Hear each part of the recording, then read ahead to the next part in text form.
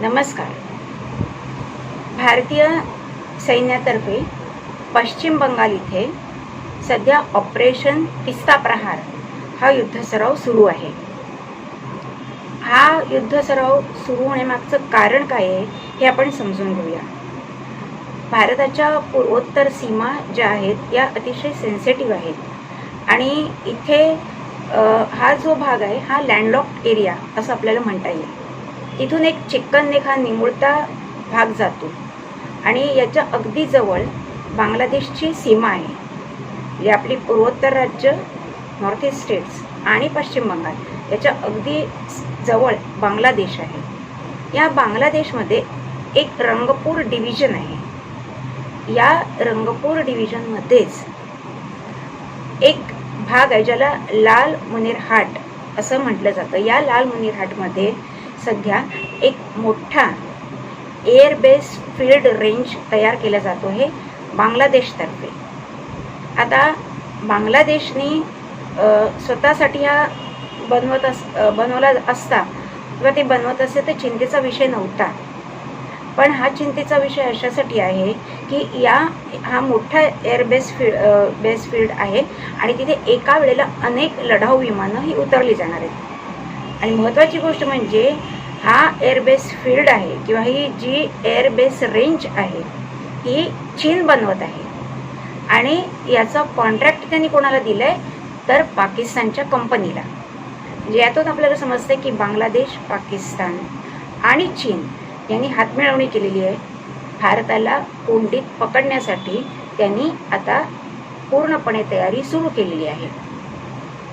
आता इकडे एकाच वेळेला अनेक लढाऊ विमानं उतरणार आहेत आपल्याला माहिती आहे. आणि भारताचा जो चिक्कन नेक आहे ज्याला सिलिगुडी कॉरिडॉर असंही म्हणतात, इथे आता मोठ्या प्रमाणामध्ये बांगलादेशी घुसखोर शिरलेले आहेत आणि ते स्थायिकही झालेले आहेत.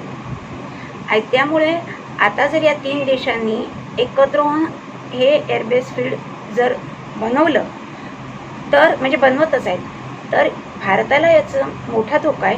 कारण चीन, बांगलादेश किंवा पाकिस्तान यापैकी कोणीही जर या एअरबेसचा वापर करून भारतावर आक्रमण केलं तर इथे जी डेमोग्राफी चिक्कन नेकमध्ये, सिलिगुडी कॉरिडॉरमध्ये बदलत आहे किंवा बांगलादेशमध्ये बदलत आहे, जिथे बांगलादेशी घुसखोर जे मुसलमान आहेत मोठ्या प्रमाणात आलेले आहेत आणि स्थायिक झालेले आहेत, तर हे लोक या सैन्याला विरोध करणार नाहीत, पण ते हिंदूंविरुद्ध उठाव करतील आणि परकीयांचे म्हणजे शत्रूशी हातमिळवणी करण्याची शक्यता आणि त्यामुळे ते अंतर्गत युद्ध सदृश परिस्थिती ही निर्माण होऊ शकते. आणि त्यामुळेच हा एअरबेस तयार होणं हे भारताच्या दृष्टीने अतिशय घातक आहे.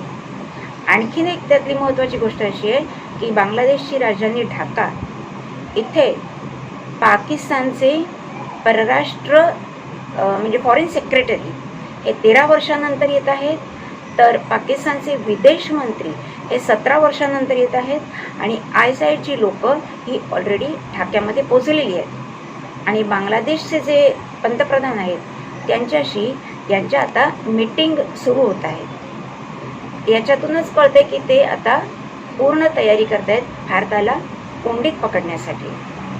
आणि आणखीन हे जे घुसखोर इथे येत आहेत ते दार्जिलिंग मार्गे आता बिहारमध्ये घुसायला लागलेले आहेत.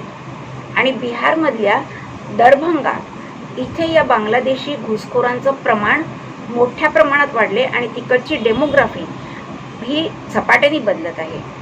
आणि हे एक धोक्याची घंटा भारतासाठी आहे. आता आपल्याला माहिती आहे बिहारमध्ये निवडणुका होणार आहेत आणि नुकतेच विरोधी पक्षनेते राहुल गांधी यांनी बिहारमध्ये दरभंगा इथेच एक जाहीर सभा घेतली आणि या सभेत त्यांनी असं सांगितलं की आम्ही नरेंद्र मोदींना सांगितले की या वेळेला तुम्ही जी जनगणना करणार आहात ती जनगणना ही जातीनिहायच झाली पाहिजे. तसंच आंबेडकरांनी जे कॉन्स्टिट्यूशन तयार केलेलं आहे त्याला तुम्ही आदराने डोकं टेकवून नमस्कार केला पाहिजे. आणि तुमच्या दबावामुळे, आमच्या प्रेशरमुळे नरेंद्र मोदी हे करायला तयार झाले. ते जनगणना ही जातीनिहाय करणार आहेत आणि त्यांनी भारताचं संविधान जे आहे ते आपल्या मस्तकी धारण केलेलं आहे आणि त्यामुळे ही एकजूट आपण अशीच ठेवायला पाहिजे. तसंच त्यांनी पुढे असंही सांगितलं की आता हिंदुवाद सोडा, हिंदुत्व सोडा, जाती जातींवर लक्ष केंद्रित करा आणि तुमच्या जातीला काय काय हवं आहे, तुमच्या जातीचे लोक किती आहेत यावर लक्ष केंद्रित करा, तर तुमचा उद्धार होणार आहे. हिंदू मुसलमान करून किंवा हिंदुत्व जपून तुम्हाला काही मिळणार नाही. आता आपल्याच देशातले जर नेते अशा प्रकारचं विधान करत असतील तर या देशाला आणखी परकीय शत्रूंची गरज आहे असं आपल्याला वाटतं का? नक्कीच नाही.